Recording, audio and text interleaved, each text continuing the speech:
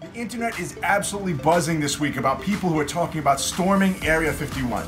I will not be one of those people, but I thought this would be a good time to share a couple of tricks that are absolutely out of this world.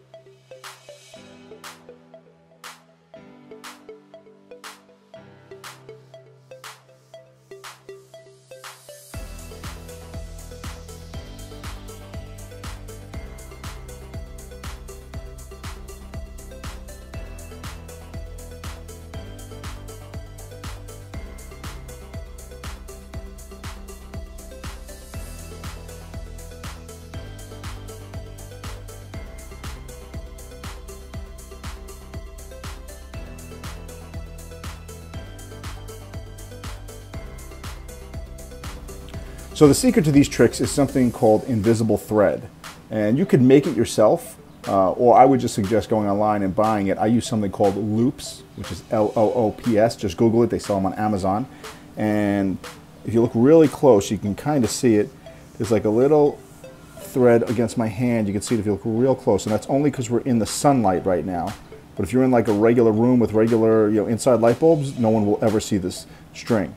So basically, it's a loop of string like a rubber band that's around my wrist right now, and I just wear it, so I'm always ready to start a trick.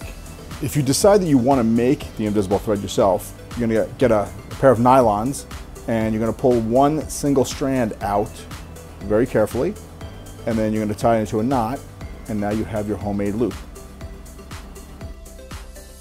To demonstrate how we did these tricks, I'm going to use a rubber band in place of the loop so you can see it, but obviously if you were doing the trick, you'd use the actual loop.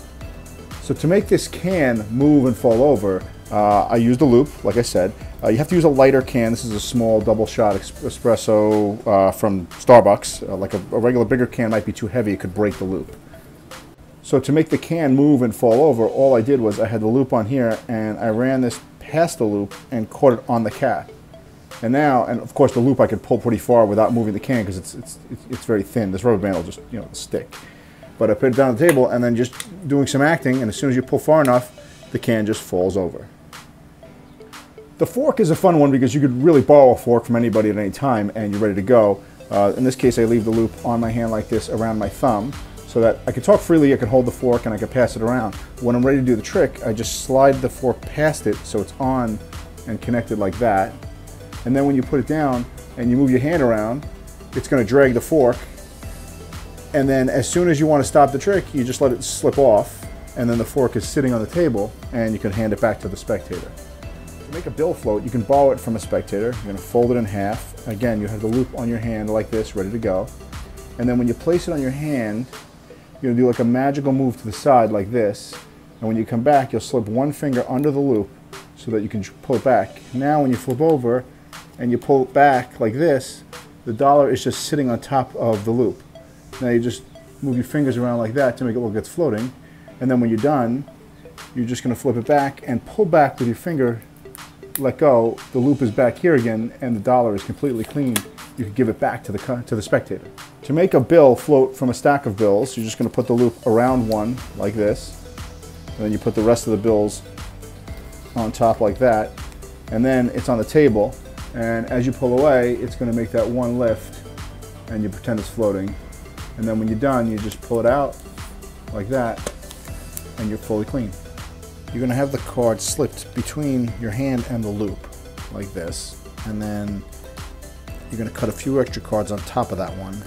and then place that whole packet on top of the deck like this. So now when you pull back, it's going to force these cards out, and when you lift up, it will flip the card over.